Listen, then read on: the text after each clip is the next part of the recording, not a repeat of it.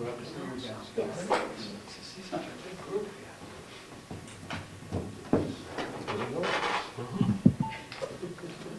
We would like to welcome you to the Moultonborough Selectmen's meeting for September 3rd, 2015. Please rise and join us for the Pledge of Allegiance. I pledge allegiance To the flag of the United States of America and to the republic for which it stands, one nation, under God, indivisible, with liberty and justice for all.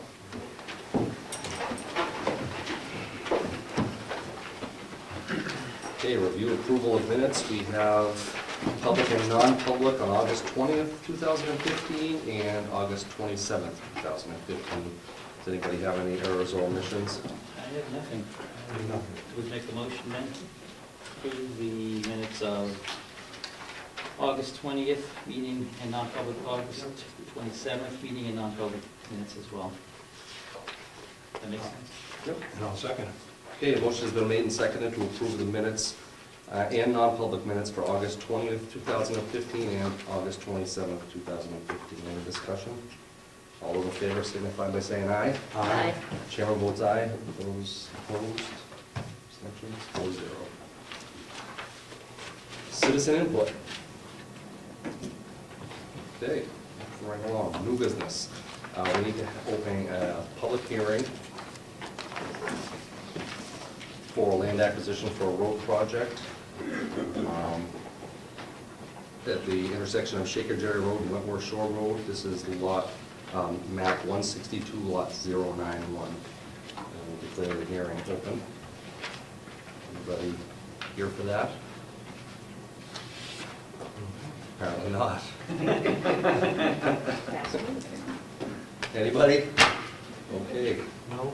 We'll declare this part of the hearing closed, but there will be one more. Okay. Presentation. We have the new Carroll County Administrator here, Ken Robichaux, who is going to hopefully answer some questions that we have. So we'll start right away. First, thank you very much for coming. Well, We appreciate it. thank you for having us. And we have the commissioners as well, all three, so thank you very much for coming. First, I want to open up with a letter that all the towns have received in Carroll County, and I just want to read it for the audience as well. As you probably have heard, that the Carroll County Commissioners are requesting a $2.6 million supplemental budget from the Carroll County delegation. The county delegation will hear this request on September 9th, 2015 at 10 a.m. This hearing is to be held at the Mountain View Community Nursing Home on the Carroll County Complex. In the previous years, the county tax rate has been kept artificially low. The supplemental budget request does not increase spending that was previously approved by the commissioners and the delegation. The supplemental budget corrects overestimates in revenue that were made when estimating the county cash flow and the cash reserves. Currently, we are in the midst of previous years being independently audited and are committed to always having an independent audit that will not only certify the accuracy of all financial reports, but will also provide an independent annual review of internal accounting controls. The Department of Revenue is currently reviewing the county finances in order to establish the confidence level that they need in order to be able to responsibly set the county tax rate. As part of this review, they have also suggested changes in financial management and accounting protocols that reflect the best practices used by other municipalities. In recognition of the county's financial difficulties, department heads have found ways to reduce their 2015 expenses, even after some departments having previously seen significant reductions during our budgeting process. In the past, the responsibility for financial management was divided up among the county commissioners, county treasurer, county convention, and the county business office manager. But no single party was held responsible. Since my hiring last month as the first county administrator, I will be that responsible party. I will have fiscal oversight of the budget and will hold all department heads accountable for properly managing the county budget. I am currently searching for a new director of finance, which will assist me in properly managing those budgets. Our mistakes have kept requests for appropriations in past years inappropriately low. The result has been lower taxes for the county taxpayers over the past few years, and this in Carroll County, which already has the lowest county tax rate in the state. Our mistakes have created problems, but these are not a result of over expenditures. We have corrected our procedural mistakes, and we now ask the delegation's approval of the supplemental appropriation of the $2.6 million in order to close the door on the troubled past and open one to better futures. I ask that if you have any questions or concerns about the appropriation request, that you contact me at the Carroll County Commissioner's Office to discuss your concerns. And I hope to come to a selectmen's meeting. Anybody have any questions? Do you have anything else you want to add first, or? Well, I just want to let you know that we have, like I said in my letter, we are actively searching a finance director. And I know that the selectmen's request for the consideration of someone with a master's or a CPA level be considered. Out of the 6 that we've selected, 1 is a CPA, 2 are master levels with business administration degrees, 2 have a bachelor's with 5 to 7 years of municipal experience. 1 is even city municipality. And we have another one who has a 15 years of experience in a municipality. So, I mean, we are looking at some really good candidates. We're going to start the process next Thursday. So we'll be doing interviews and hopefully have someone on board by October 1st. I'm hoping. You're fortunate to have, sounds like some qualified people apply, but I guess it goes back to our initial question is why would the initial minimum qualifications be just a bachelor's with 2 years of experience? To me, that's more like an entry-level position than someone. I think it was 2 to 5 years. I I believe. thought it It was said 2 years is what originally on the county website, it may have changed Okay. originally. We don't want to close the door on maybe like a bachelor's with 7 to 9 years experience in a municipality, and that's what we have. So if I would have just said masters or above, it may have closed the door on that special person. Yeah, I can't stress enough to you, the dollars spent, it'll cost you a little bit more money, but the payback to you in the end will be well worth it. Absolutely. We can't go on with somebody without. I agree, and I'm not looking for someone that has entry-level experience. Yeah, every community in New Hampshire has a budget. And we apply a tax rate to it, to our town, to pull in that revenue. How come, and you're probably not the person to ask, it should be the commissioners, how come the commissioners or whoever was in charge repeatedly kept the tax rate low? If they know they had a budget, why not raise enough money through their taxes to pay for it? I mean, and I hate to keep on this, but we pay 24% of that budget. 24% of it. We subsidize the Carroll County tax rate. And now we're getting stuck with $2.6 million? How come this happened? How come the tax rate wasn't set and taxes raised according to your budget? Maybe that's the commissioners, I guess. I mean, I guess that's my concern too, is that I understand that it's, you didn't have enough revenue coming in, but at some point, didn't somebody notice that? There must be history. You must keep history. That's the part I don't understand. And we create a budget, and this is, I didn't go through the budget process, so this is what I've been told. We go through a budget process, we look over past experiences. Some years were good, like 13 was a good year, 12 was a good year. 14 was not a good year for revenue. In one of the subcommittee meetings of the nursing home, it was said that, and I have the minutes here too, that says, we understand that, we set these revenue expectations high, but, if they're too high, we can go back and we can relook at that. Now, that's a delegation, that's not the commission. The commission's proposed a higher budget, but it was changed by. Ken, how do you know the 12 and 13 were good years if the audits haven't been completed yet? Well, Do you know those revenue as far as revenue is concerned, You know that that's accurate? yes, Really? How do we know that? by our revenue So projections, your financial statements were accurate in those years? yes. But they've been audited? We had financial statements, yes. Well, that's not the same Have they been question. I'm audited? not trying to put you on the spot, Ken.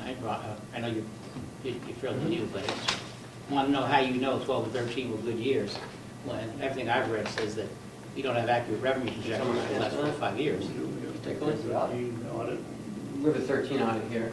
Okay.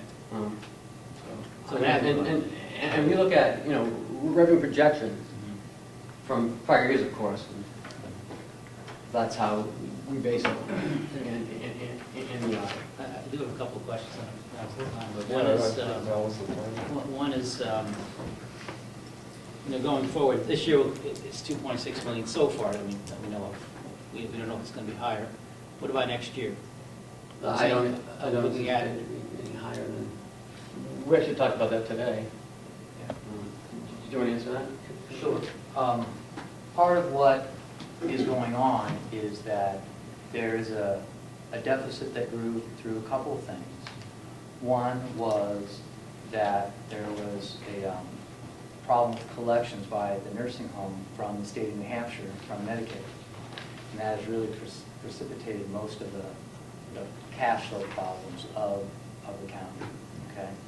So basically, about $1 million of the supplemental budget is attributed toward what they call surplus, offsetting the surplus, okay, the deficit replenishment.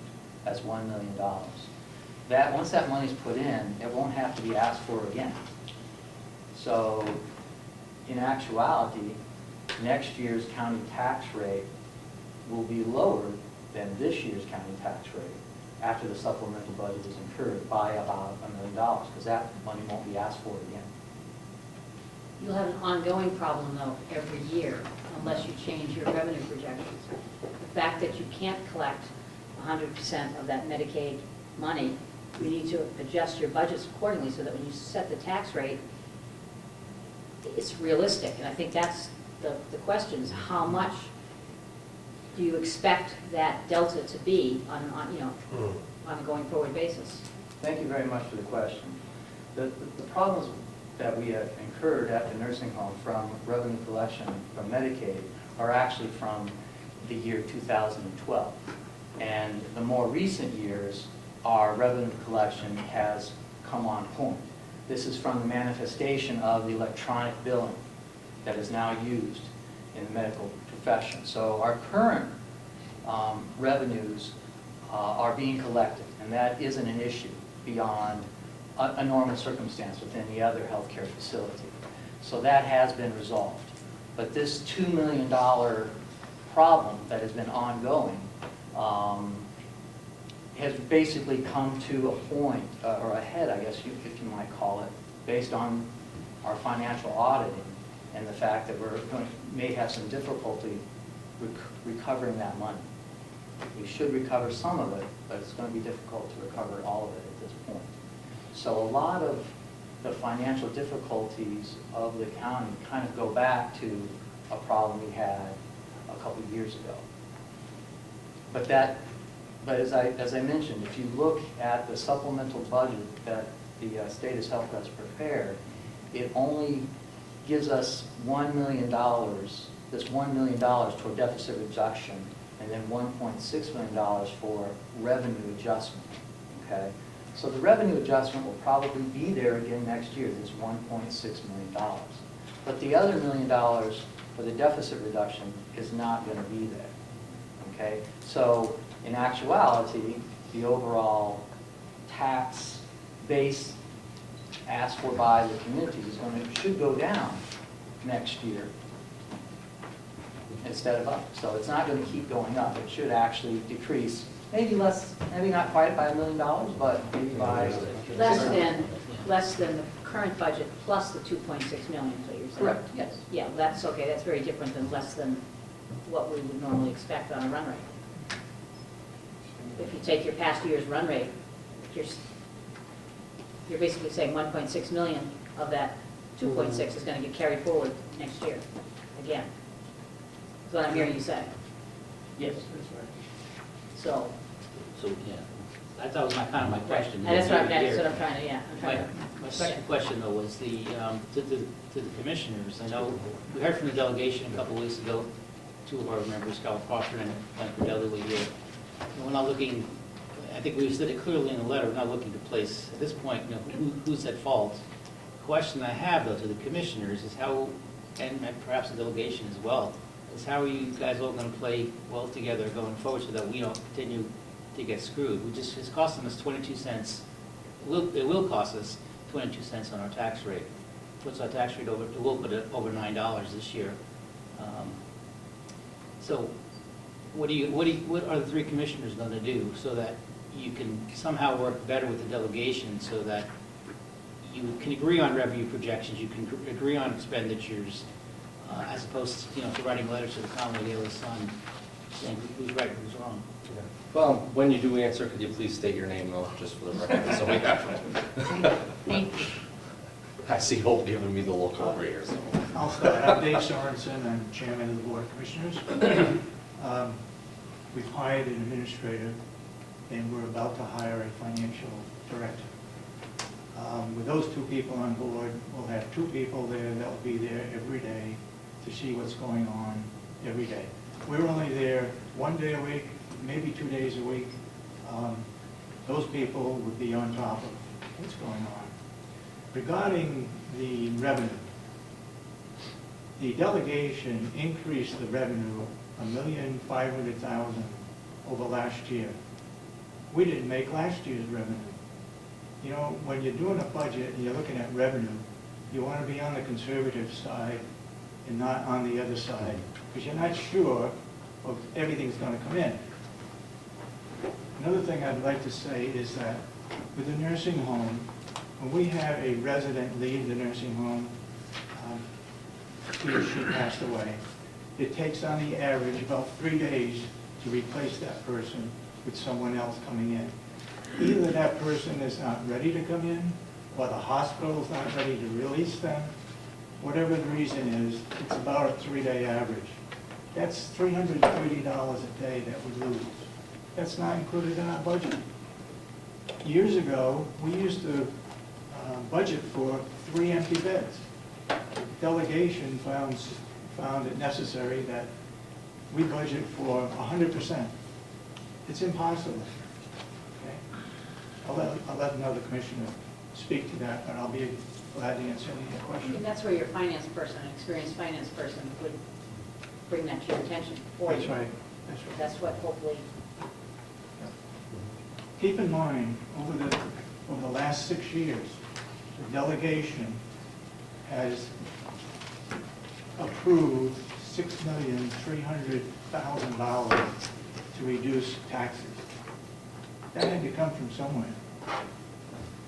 $6,300,000 to reduce taxes over the last, I should say 4 years, not 6 years, 4 years. 1 year, $2.5 million was put in to reduce taxes. That money had to come from somewhere. Okay. Well, you're going to get a third of that back. Excuse me? You're going to get a third of that back, and that's the problem we're discussing tonight. I have another question. We have a letter from a gentleman by the name of Frederick Van Magnus.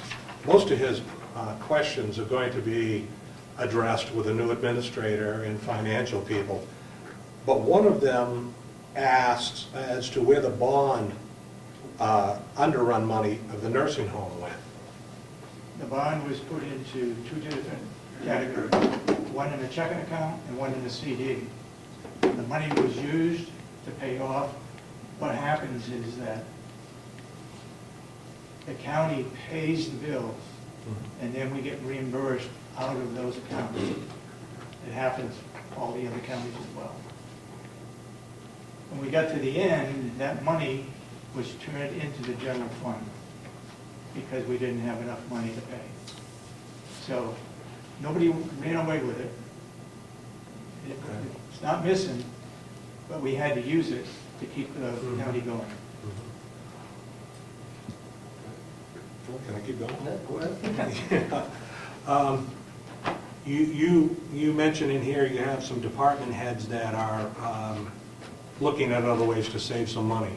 Have you considered putting the county registry online?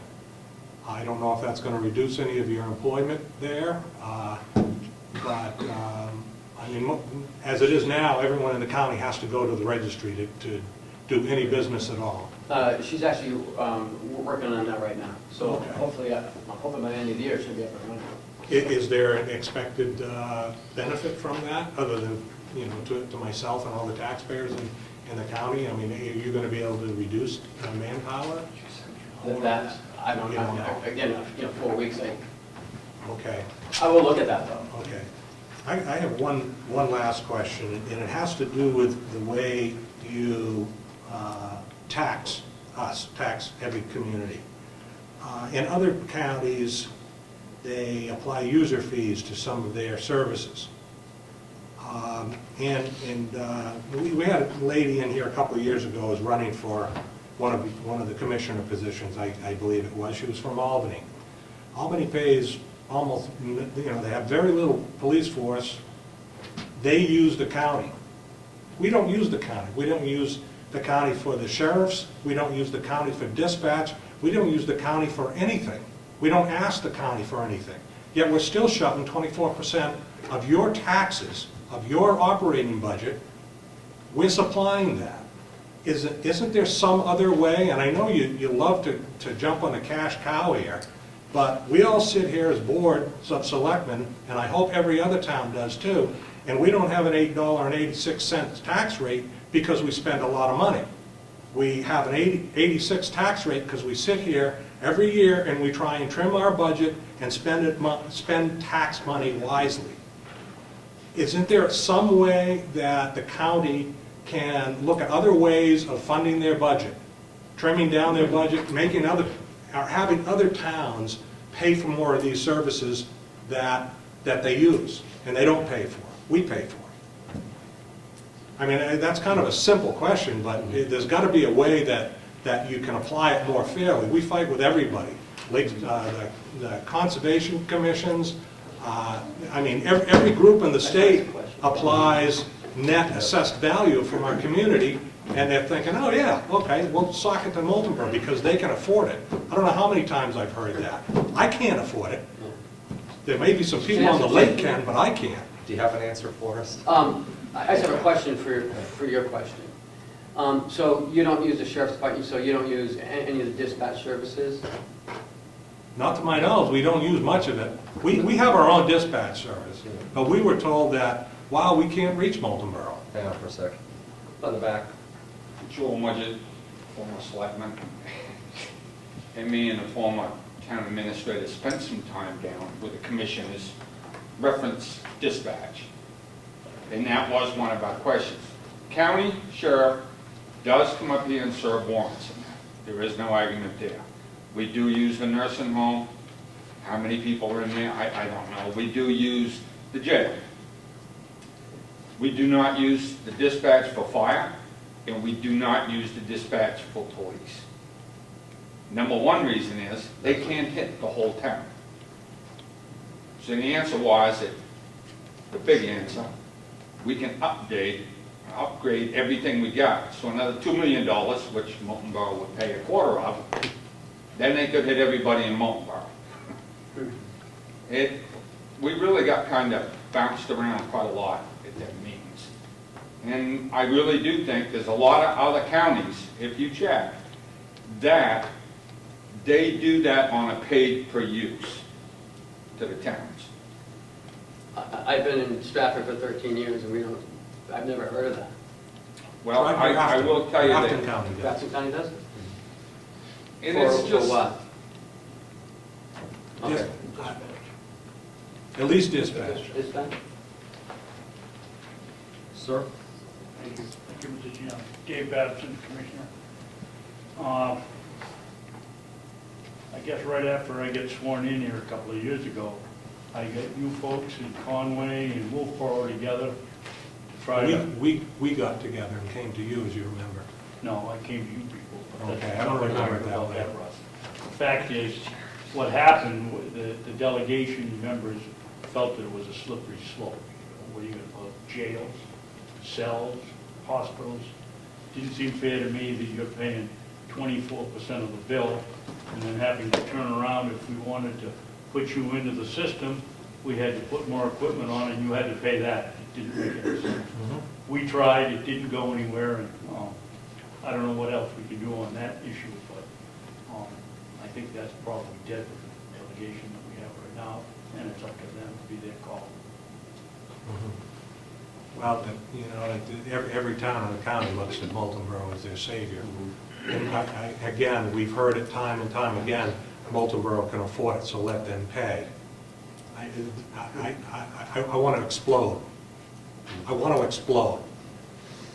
Joel? Just one more thing on that, and the commissioners did listen to us, and it's not just, it does have to go through, all the representatives have to agree with it.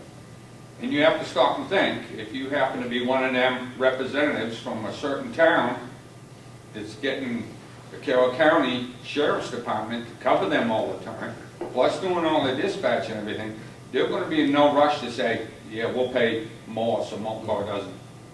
So it's kind of a losing situation to pay this much and not get an equal share of how it's voted on. I just want to say, we understand, and it's not something we wanted to do. It's something we had to do, and we don't want to do a $2.6 million, but we have to. We have no choice. I can't pay my employees. I mean, so, and that's a whole other set of issues as well. We didn't do this lightly. It's something that we have to do. Unfortunately, over the years, things just went bad, and it went south fast. So, and I mean this, I just need you to give me a chance, to try to get this, my hands around this and try to turn it around. It's not going to happen overnight, but I've never seen anything like this, so, I bet you haven't. But, we're all living it, and we're all involved. So I understand what you're saying, and, it really does hit home that, you're paying 24%, and I understand that. So maybe we can look at that next year. If, I'll talk to Grafton, I know them very well, and find out how they're doing. So maybe we can, revisit that in a year or two. Does anybody on the board have any further questions or comments? I have a motion that I want to make, but I can make it later after public comment. Okay. Sir, do you have I a just comment? wanted to make another comment regarding dispatch. I think when Scott Comeau was the sheriff back a number of years ago, there was proposals to Moultonborough to save you about $90,000 to take over your dispatching, but because you were tied in with mutual aid in other areas, it wouldn't work out, but the offer was made. I remember it all.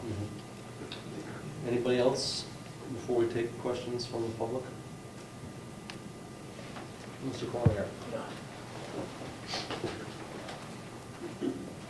Joe Corey, West Point Road.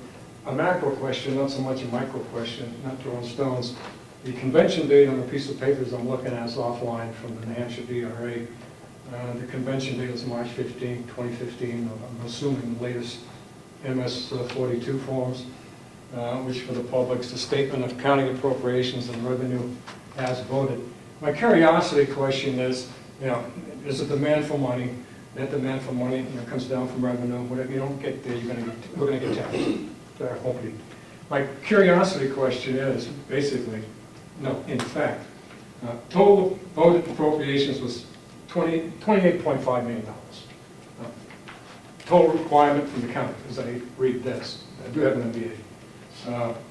The estimated revenue subtotal at the time, and I understand it's been danced around, was about $13.2 million. And I'm presuming we're gonna add about 2.6 million to that. So my basic question is that $28.5 million county requirement still pretty firm? I mean, that hasn't jumped up to 30 million or anything, No. has it? So that's still pretty much there? As I mentioned earlier, that $28 million appropriation, it goes up $1 million, Yeah. but that's because that is where on the supplemental, Right. MS 42 for the supplemental, Exactly. they take that surplus Right. rejuvenation and they add it to this line 4199. Here you go. Matter of fact, thank you. That's really where I was leading up. Is I said, oh, shucks, that happened with that 2.6, 1.6, and $1 million. So, okay, so that's a pretty firm number on requirement from the county that's going to go to the state. Now, the revenue piece apparently is where the 2.6 million was really a problem. So if that takes care of the future requirement, 28 point something, and this, the rest of the other towns in the county, what is 19, so the rest of the 18 towns in this county, the total estimated tax was supposed to be 15.2 million. So are any of the towns going to have a problem paying that? So I guess it's really a basic question. Total amount is $28.2 million. You know, you're going to grab from all the towns about $15.5 million in revenue. The balance is going to be taxed. Is that a fair estimation of what I'm babbling about? Okay. You don't see any other surprises on the horizon. You know, you don't see Russ and I coming in with a shotgun and say we ain't paying. You're not seeing Moultonborough willing to secede from Grafton County. I mean from Carroll County. If that's even feasible. Thank you for your time. Thank you for your service, by the way. Sir. Thank you, Glenn Cordelli. And I just had to comment, because I'm sitting there biting my pen here. I keep hearing this about the delegation has kept taxes artificially low, and that over the past 5 years, the county has used over $6 million of surplus to hold down the taxes. And that $6 million has to come from someplace. Truth is, this is my 3rd year as a state representative and a member of the delegation. In 2013, my first budget, we were given a document from the commissioners saying the surplus was over $4 million. They recommended taking $1 million from that to reduce the tax rate. The delegation took $1.4 million. I can show you the document. I'd be glad to email it to you. In 2014, they told us the surplus was over $3 million. We took just under $1.1 million to reduce taxes. That surplus we view as the taxpayers' money. Why not give some of it back to the taxpayers? When the state treasurer says we should have between 5 and 10% as surplus, why should the county hold on to that and keep increasing taxes more when we can, based on the information we were given, return some of it to the taxpayers in a reduced tax rate? So to hear that this is, we were not being responsible in terms of use of surplus money to hold down taxes artificially is bunk.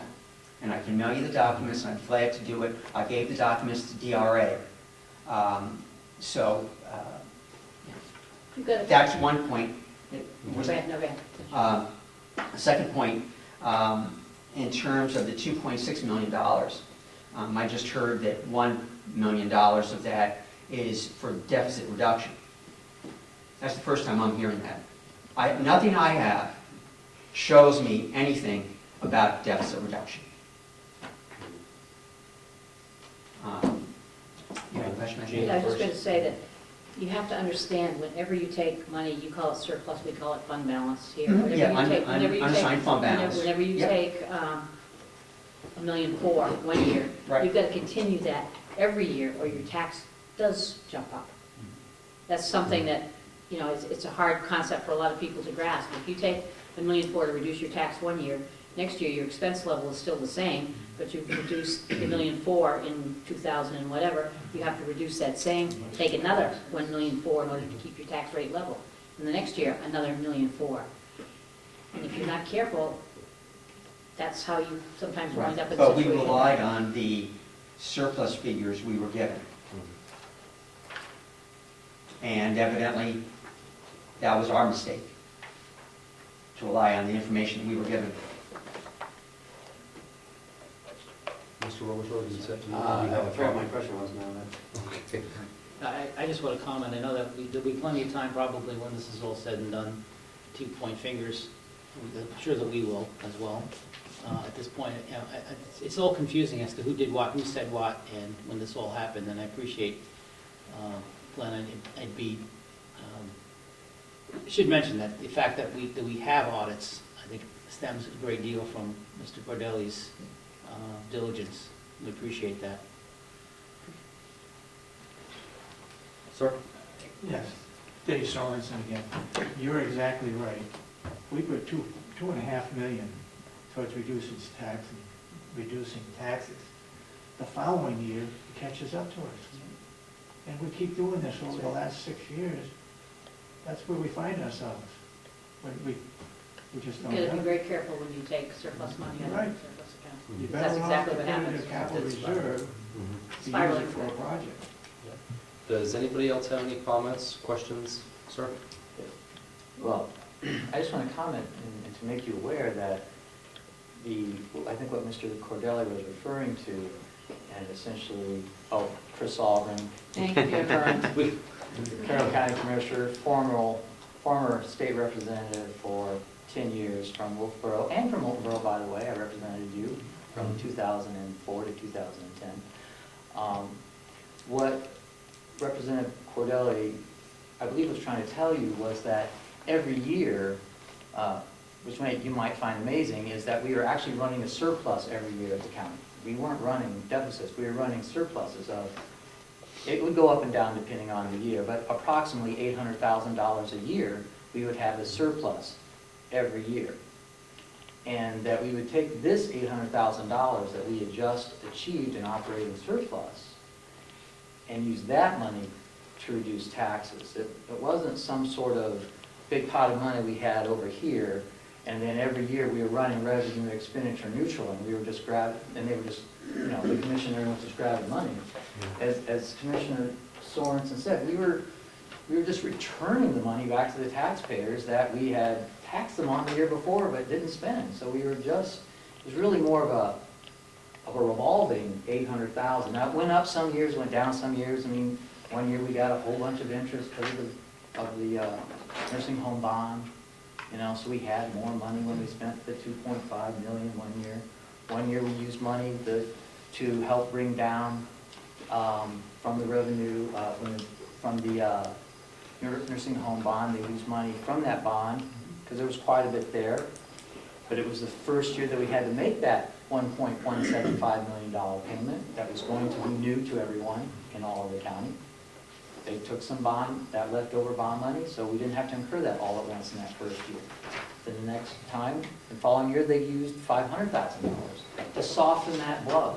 No, I understand where you're coming from, and I appreciate where you're coming from. And with all due respect, though, you have to be very careful of that, because that has a snowballing effect. Sir? I remember when it was Ken Robertsville, County Administrator. To answer Mr. Cordelli's question, the first time he's ever heard of the deficit reduction, it was in the notice, it was in the public notice that that's what we were going to do. So it lists what we're going to do with that money, so. Sorry, you didn't see it. Okay, anybody have anything else? I do, I mentioned earlier, I wanted to make a motion. Yeah, I think we owe it to our taxpayers at least to do some due diligence and engage town council and find out what our legal options are in terms of what do we have to pay, when do we have to pay it, and what the implications are of the supplemental appropriation. Yeah, I'm fine with that. Want I to do think it it's by worth a motion or small investment. consensus? I'll make a motion, I think we should do it by motion. So, I made a motion. I'll second it. Okay. Motion has been made and seconded to have our town council look into what our legal obligations are in regards to the Carroll County situation. Is that good enough? Yeah. Okay. What do we have to pay to Yeah, have the options? well, I mean, we just, you know. Yeah, you know. Okay. Any more discussion? All those in favor signify by saying aye. Aye. Chairman votes aye. Those opposed? Abstentions? It's unanimous. Okay, anybody, any other questions? Thank you very much for coming. Thank you for the opportunity. Appreciate Good luck, it. good luck to you. Thank you. Hope, you're- Thank you. Thank you all. I'm in the morning. Thank you. Good luck. Yeah. Good luck to you. Good luck. So, somebody's phone, Chris, Oh, my phone. Oh, can't thank live you so without much. it. Oh, you know it. We let one in. I don't know, some people have that for, is it really? Oh, I We thought let it was one in every week. text message or something.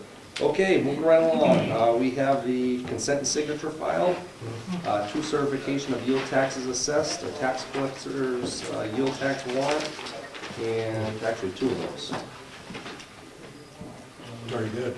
Motion to approve the consent and signature file as you just outlined. September 3, 2015, and I'll second it. Okay, a motion has been made and seconded to approve the consent and signature file for September 3rd, 2015, as written. Any discussion? All those in favor signify by saying aye. Aye. Chairman votes aye. Those opposed? Abstentions? It's unanimous. Up next, Marisa Maha. And I also am going to talk about money. However, I'm going to Yeah. ask the town of Moultonborough to, upon the approval of Board of Selectmen, to accept a donation of $15,000 from the Lease Pond Association and to go towards the purchase of a lease pond preserve. This is according to RSA 36A4, that you can accept donations, but the town has to accept them with your approval.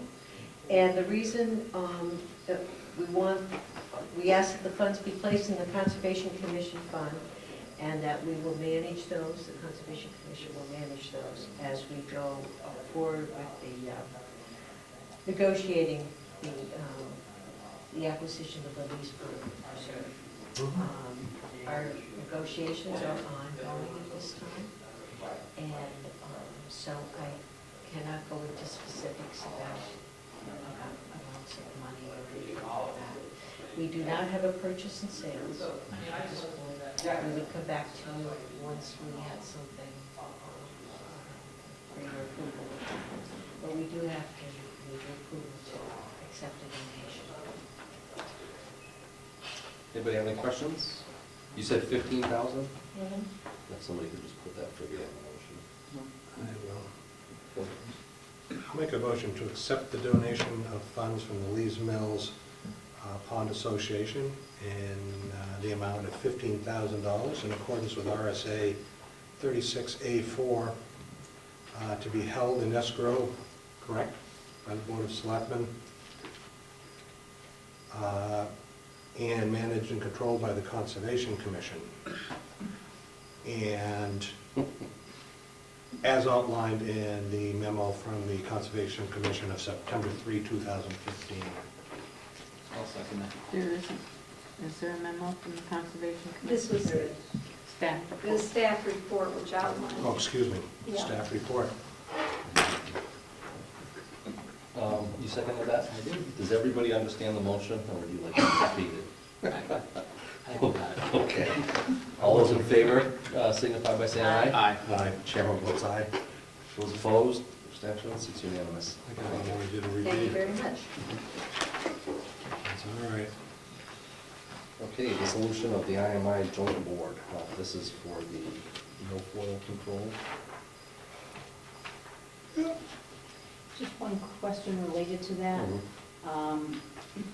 The milfoil committee had asked that $18,000 be placed back into the milfoil trust fund.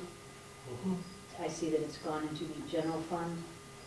When it came in, funds are usually put in the general fund totally as they come in and not into specific accounts. Can we transfer it out? The It's a revenue though, because the reason we're getting that is because we had invested money into that group and specifically into the harvester and all of that stuff. But that original money came out of the milfoil funds, the milfoil trust fund, not the town money, not the general fund. No, but still, it's coming back to us as revenues. Are they looking to expend it this year? Does anybody hear from the milfoil committee? Yeah, did you? It's not anticipated that it'll be needed this year, but it's just planned for next year. So what if we put it in the, I think what normally happens, and I spoke with them, it goes in the general fund because it's revenue coming in. In the budgetary process, they would request in their budget, but it's not just pigeonholed into that because it's not being spent this year. So they would have to, if they're planning on spending $15,000 or that amount, would have to put that in the budget. So, but it wouldn't go specifically into, because they're not spending it this year. Because their budget goes on a separate warrant article, separate. So instead of $200,000, it would have to be $218,000. Yeah, if that's what you believe you need to increase it that way, and that's what was stated, because it had to go in the general fund. And Carol, would you show that that $18,000 is going to come out of the surplus that was on the revenue side? Or is it just? No, it just goes in the general fund.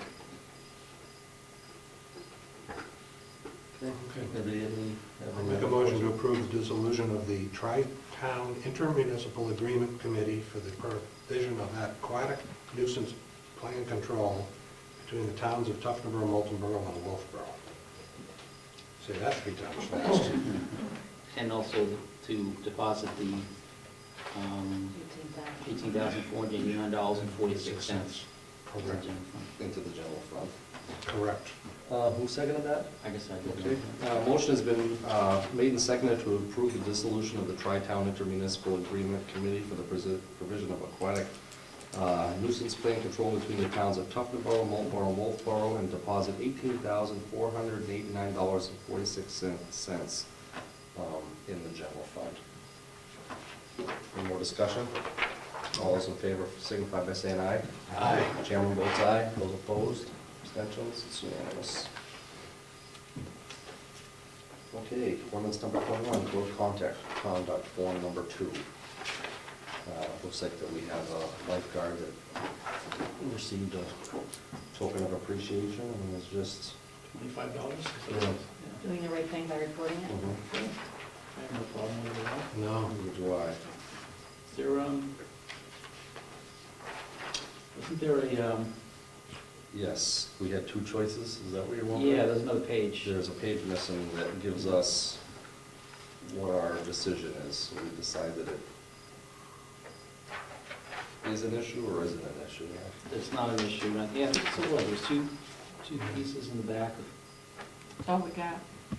that's it. Well, I don't remember the wording, but I don't see that there's any conflict or any reason to, or to not accept the gift. I don't have a That's a problem. second. That's good, okay. That's a second. Okay, a motion has been made and seconded that in regards to this issue, we see no reason why she shouldn't be able to accept the gift. Any more discussion? I just thank her for reporting it. Yeah, that is nice. Anyone else wants to give us money? Yeah. All those in favor, signify by saying aye. Aye. Chairman votes aye. All those opposed, abstentions, it's unanimous. Okay, appointment of Board of Library Trustees alternate. Yes. I'll make a motion to approve the appointment of Ginny Gassman as an alternate to the Board of Library Trustees. I'll second that. Okay, a motion has been made and seconded to approve the appointment of Ginny Gassman as an alternate to the Board of Library Trustees. Any more discussion? All those in favor signify by saying aye. Aye. Chairman votes aye. Those opposed, abstentions, it's unanimous.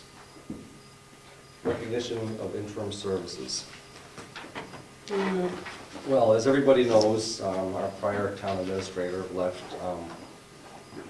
with fairly short notice as far as town administrators go. And we were left in a situation where we really didn't have anybody to run the town on a day-to-day basis. So what we decided to do as a board was to contract with MRI and also appoint our own daily person as a administrative liaison. Obviously, we chose Scott to be the daily administrative liaison. He provided a well, recognizable and well-respected face for all the town employees. And we contracted with MRI to have Carol. And so unfortunately, as we move forward, we have to formally recognize the end of their service to us. So Scott will be getting done on September 5th, and Carol's last day will be September 9th. So officially, just so everybody knows, those are going to be the last days. I don't think we need to take any official votes. What's Scott's going to do the next few times? First of all, as I mentioned, Scott, obviously, when we were discussing who we wanted to have in here on a day-to-day basis, Scott was, basically the name we all immediately thought of. He is somebody that everybody knows in town, everybody respects, and he dealt with all the day-to-day issues here, and it just made the transition absolutely seamless. So on behalf of all of us, I can't thank you enough for what you did for the town. Not only did you handle the day-to-day operations here, but you did it in a way that was seamless and didn't affect your normal department. So we got you a certificate of recognition and a certificate so you can take your wife out, because I'm sure you haven't seen her as much as you should.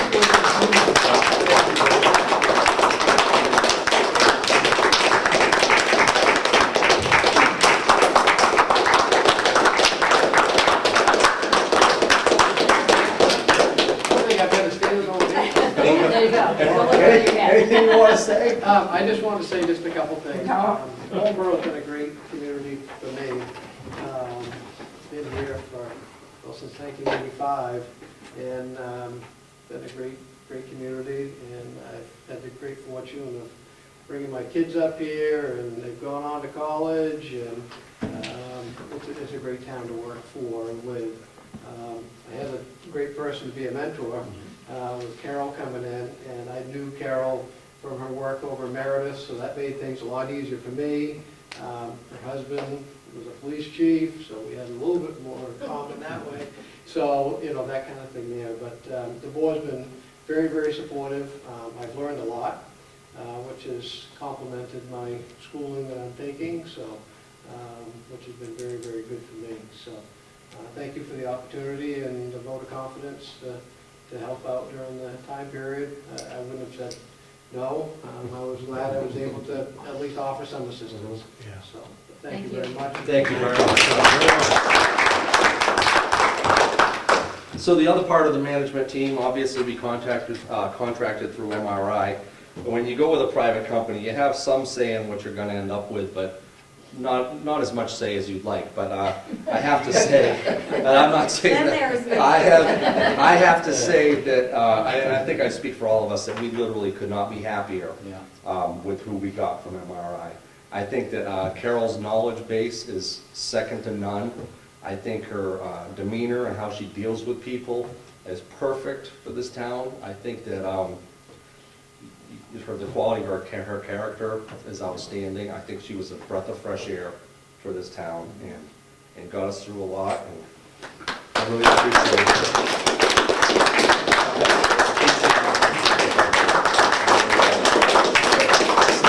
Same certificate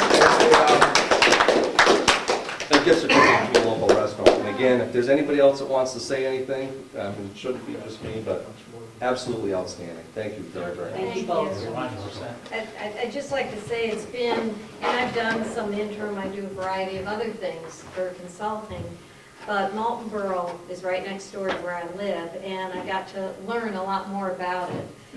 It's a great community. I would have loved to stay here forever if I could, because the quality of all the people you have, the community effort, I got to meet several folks, and it's a great community, so you should be proud. You have a lot of talented people, a great board to work with, And I was glad I was able to bring some things and help the transition. And Scott was great to work with. I think we learned a lot from each other, and I think it's a great community, so you should be proud. You have a great town administrator coming on board, and there's a lot of things, so the transition we have will make it easier for him. But again, I think it's a great community to work with, so you should be proud of it. Thank you. Thank you very much. Okay, moving right along. Do we want to go over? I was going to say, the time one of these, Yeah. I was going to suggest we table it because Josh could not be here tonight, and I don't believe we've got the final answer from Time Warner Cable yet, is that correct? I think that Josh would prefer. If we I think could- so, yeah. So I am okay with that. Everybody okay with that? All right. Let's see. A proclamation. We have a proclamation for Paralyzed Veterans of America Day, September 12th, 2015. And I think we just need to vote to authorize this. Oh, I'm sorry. Was there somebody here that wanted to speak to this? Did you want to speak to it, Joel? Oh, okay. I want to thank the selectmen for this. Selectmen have been doing it, I don't know how many years now. 9 probably. It's been going on down at Camp Robindale. It is quite a function.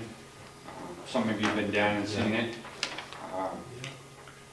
I think it's going to be 30 disabled fishermen this year, which means we'll have to have 30 bass boats coming in that volunteer their time, their boats, their gas. And then the NAM nights come up and other volunteers come along and help pick them up out of their wheelchair and put them out in the boats, and they go fishing for the day. And then we have the big banquet afterwards. So they always enjoy when somebody reads that proclamation. So we greatly appreciate it. Thank you. Thank you. I went last year, someone should probably volunteer. We can figure that out. But I think I'd like to read this, just so Oh, absolutely. everybody in the public hears it. This is a proclamation. Whereas the Paralyzed Veterans of America demonstrated their loyalty, fidelity, courage, and devotion to duty by serving the United States of America, and whereas the Paralyzed Veterans of America earn the respect and admiration of a grateful country by their selfless service to their country, and whereas the Paralyzed Veterans of America New England chapter chose to come together for a day of remembrance and relaxation in the town of Moultonborough. Now therefore, we, the Board of Selectmen, join with other members of the Moultonborough community to recognize the Paralyzed Veterans of America by proclaiming Saturday, September 12th, 2015 as Paralyzed Veterans of America Day in the town of Moultonborough. And that's from the Board of Selectmen. So. And if I might say, Joel's been doing this a long time, and it sounds like he's thanking the Board of Selectmen for doing this. Joel and Camp Robindale do the major part of it, and Joel does a whole lot of it, and he deserves more thanks than we do.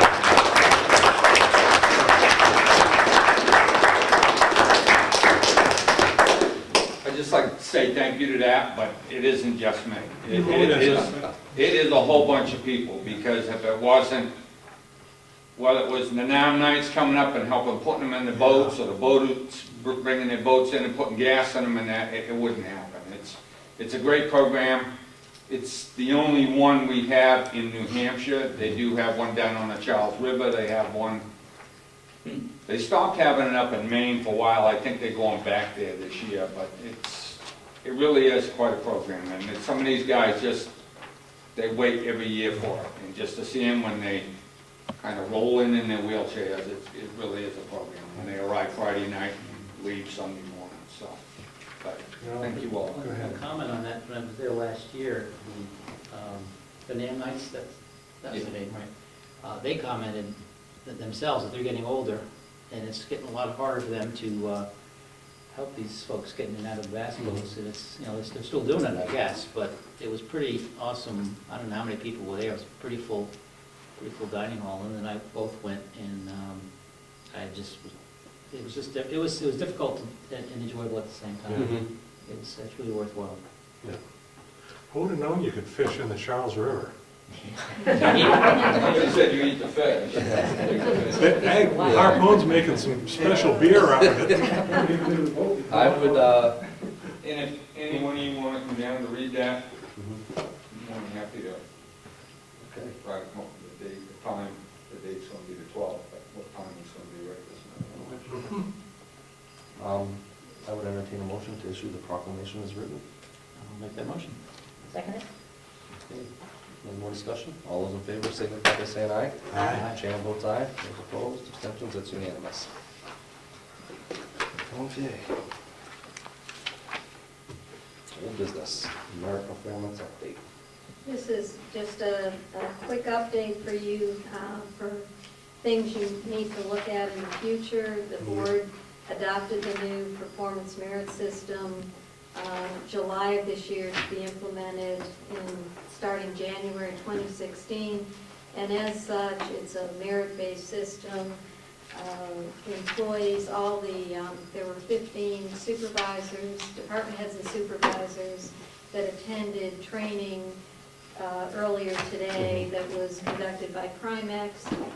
Primex did general performance appraisal training, so everyone is on the same page of how you are, and that's critical when you start a system. Following that, then I did a training on the actual form and the system for the employees, and it had a lot of good interaction and discussion about how to proceed within departments, so everyone's on the same page as to which factors and how they should work with that. So that will be in place and is understandable, but the board needs to consider two elements of it that aren't addressed in that.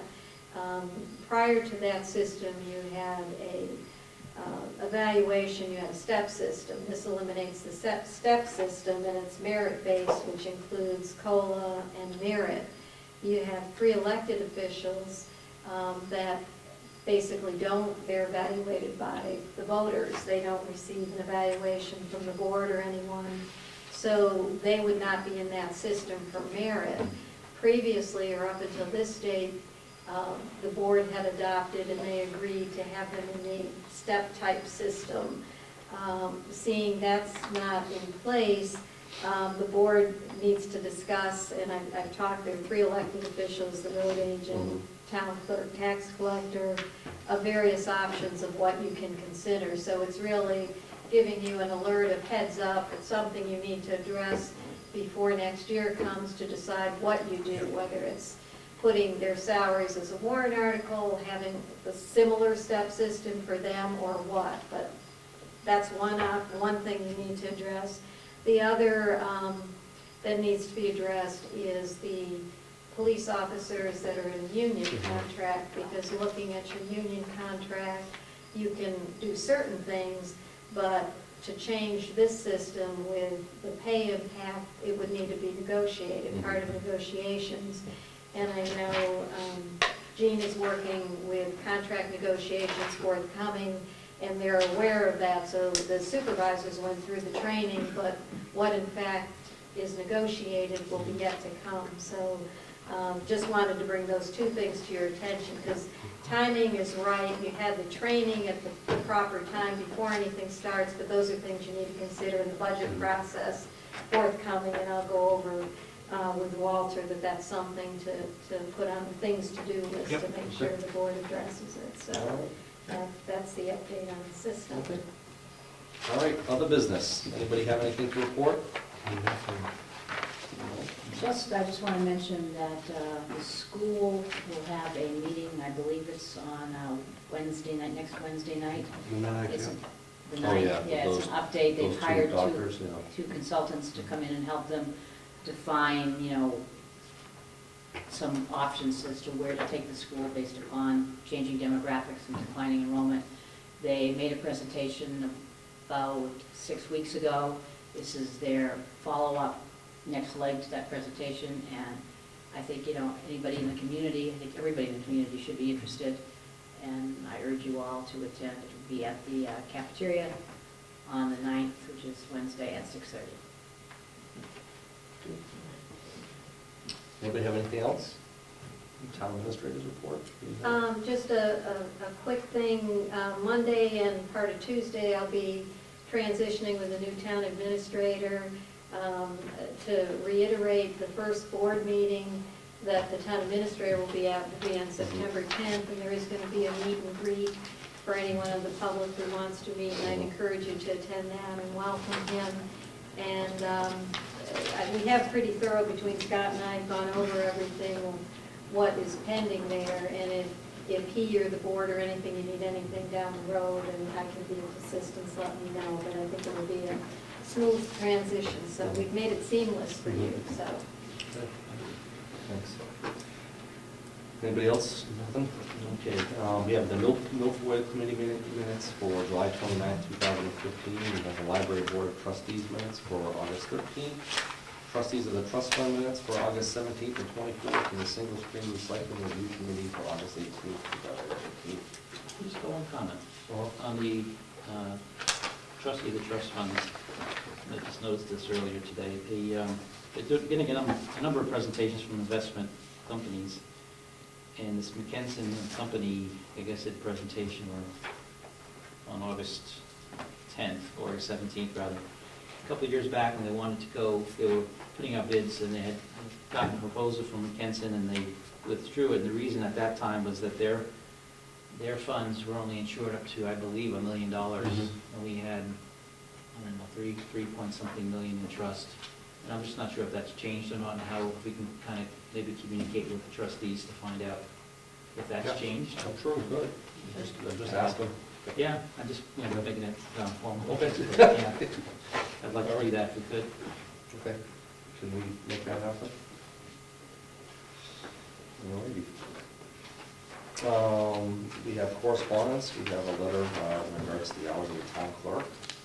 Harry Powers. We have Time Warner Cable, possible program changes, and a letter that was referenced earlier in regards to the Carroll County supplemental budget. Fred, Magnus. Anybody have anything else? We do not need a non-public tonight, is that correct? Yes. Okay. Motion to adjourn. Oh, I'm sorry, second citizen input. Does anybody have anything else for citizen input? Sorry, pushing it. No. We get flying along there. Go ahead, Hollis. Hollis Austin. It's been brought to my attention this evening that there still seems to be a slight problem with the video streaming that we're doing, the live streaming. And this particularly affects some products that seniors in our community might be more apt to be using, which would be the iPad and the iPhone. And part of the problem is with the video image itself, but I think maybe that's a matter of the quality of the camera image. The other one seems to go beyond that, though, and it seems to be a combination of I guess it would be described as a buffer overrun, and perhaps something else that's happening with a bad connection or something along those lines. But the result is that you get a staccato effect with the sound, which makes it very difficult for people to follow what's going on. It's as if little segments are being snipped out of it along the way, and the conversations are being clipped. And I'm wondering if you're aware of this and if there's anything that's being done to correct it, because it could potentially affect quite a few people in town. Have you noticed any problems? Joe Cronin, West Point Road. There are some issues. Well, let's start off. I'm assuming we're talking about the town hall streaming that's going on right now. That's an H.264 codec. If you've got an Android, forget it. It ain't gonna work. And that's just the way it is. But that protocol is the most prevalent used in the industry. Streaming. Okay, matter of fact, this evening, I watched you folks in the work session at home on my notebook that I just put in and similar to any other laptop. I tried it several ways, speaking to video and audio. The video, I'm going to use the term buffering and latency. I first hooked up through Wi-Fi. I use Time Warner Cable. I pay for, out of my own money, 50 MIPS of download speed. I get about 6 or 7 upload. But without getting into the weeds, when I hooked up Wi-Fi onto my laptop, I think it was fine. There was a little bit of buffering, that little green thing, little thing that spins in the middle. I'm going to call that buffering and latency. And then I also, I'm going to use the term slinging.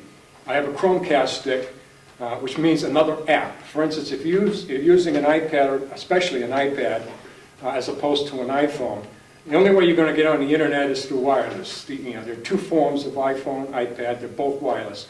Wi-Fi, and you're probably going to go through 4G. So the Wi-Fi I was using was, in fact, Time Warner cable, the little box. I unhooked it. For me, it worked fine. I slung it onto my TV, wall TV, with a Chromecast stick. That means another app. I started getting a lot more problems for both audio and video. Okay, so mother raised some ugly kids, but no fools. I stopped using a Chromecast stick, and it was fine. Then what I did, I actually hooked up the cable that you plug into your laptop and plugged it into that cable box. It was great. It was fine. I mean, I guess I just want to make sure that we're putting out a product that 99.9% of people can use. Yeah. The audio does need more mics. Okay. The video and the audio, normally, from my purview, is fine. Okay. I heard one individual anyway, and it's an iPad, and iPads, as I understand it, especially older ones, have issues with video streaming. Mm-hmm. I don't know if it's happening when it's being broadcast the next day or not, but live, yeah, that seems to be an issue. It's not on our end. I wanted to be clear that there's nothing that we can do differently. Well, that's it, as long as we're putting it out in a... I watch it on a much slower speed than Joe has, because Joe uses his own money for his, as he I said. can reinforce the live streaming is the only time I have. And that's I'm not even going to call it an issue. Watching the recordings the next day or whatever, absolutely no problem. Yeah. So did you have a comment? Well, yeah, the comment is that if you're watching it at home on a PC with hardwired internet, you're probably okay. But if you're traveling, you couldn't be here. Android, as he said, you're just out of luck. And if we're having problems with the Apple as well. Now we're talking about most of the mobile devices. So it is worth harassing the vendor to get both of those problems fixed. Anything else? Just as follow-up, I'd like to confirm what Joe was saying. It does work with the laptops. I had a chance to look at one, notebooks rather is the technical term. It also works on the desktop PCs. I had a chance to look at it on the PCs at the library, and there wasn't any problem there either. So it seems to be something that's specifically a problem with the iPhone and the iPad products.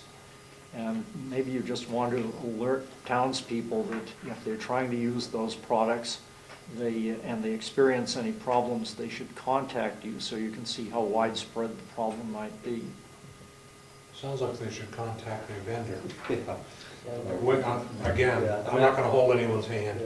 We've done it the most we can for these people and got them live streaming. I'm not going to buy them equipment to view us. Go ahead. Scott Bartlett, 2 Lansdowne Lane, also chair of the planning board. We used it, the streaming, in our last planning board meeting, and I went back and looked at the quality and found that choppy audio was, chunks of audio were missing. Also, when we use the planning board, many times the presenter is there pointing out things on the board, and that's completely out of view. So what we have to view is end to end of the main stage, but and the audio pickup is. I mean, I don't think there's any doubt that we took a minimalistic approach to doing this. I mean, I'm sure, It's a work in progress. you know, I mean, I have no issue with putting more money into it and making it so you can hear a pin drop. I would encourage you to go back and look at some of those. Yeah, I looked at the planning board one, and that was before we moved the podium a little bit, and it does not hit that board, that's correct. But, I mean, I would hope as we move forward with this that we have an option with perhaps even having the second camera that can be switched back and forth. The person has to operate that, someone has to actually do that.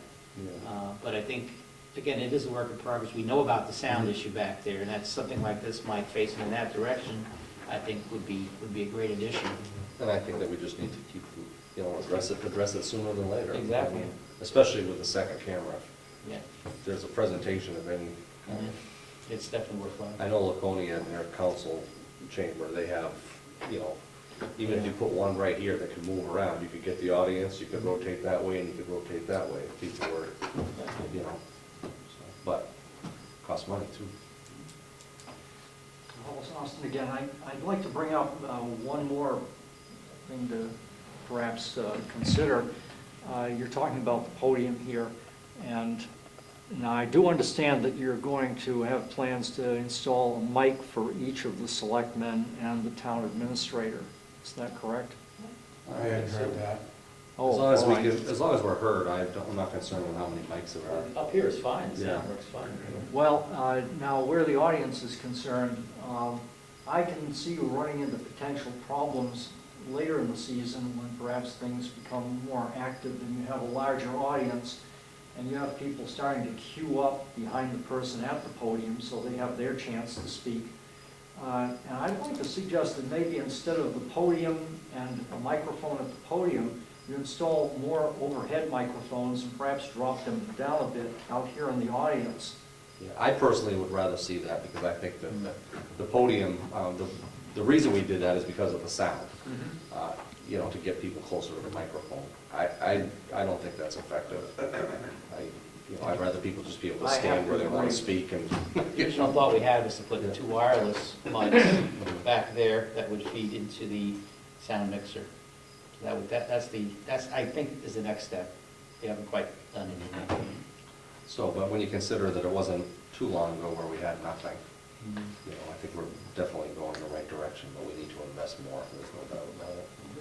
So anything else under citizen input? Just to reinforce again the distinction between live streaming and recording, and without operator involvement to top it off, I haven't heard anybody speak really having a problem viewing the recordings, as opposed to some technical difficulties with different devices, possibly, and especially connection speeds with live streaming. When you had the Silverlight, or if you had something else, I mean, a week later, you got to view the recording. Yeah. At least now, you can see it the next day. And some of you, if you'd like to, matter of fact, even the board or whomever may be the champions of the cause, if you go on Town Hall's website, you know, not necessarily, and thank you, by the way, for having the one-click option on the town website. But if you go to the Town Hall website and go to their homepage and plug in and look at some of the other locations in Maine, Massachusetts, other parts of New Hampshire, you'll see different views and purviews of how you can set these cameras up, just for food for thought. One last comment? One last comment, something that just came to mind. You might want to consider using a switcher so that you can switch between the live view of the audience here and the board and whatever is being shown on the screen, and that might help with that situation. I mean, the options are endless. Yeah. I mean, depending on how much money you want to spend and what Well, you want to have. not to spend too much money, but. Yeah. I don't want to spend any, I think things are working just fine. Okay, with that said. Enough is enough. I will entertain a motion. I will make a motion to adjourn. Okay, a motion I'll is made third and it. seconded to adjourn. All those in favor signify by saying aye. Everyone votes aye. Those opposed, abstentions, it's unanimous. I'm out of here. Yes, thanks to sign, right? Oh, yes, we do have some things to sign, a couple of them.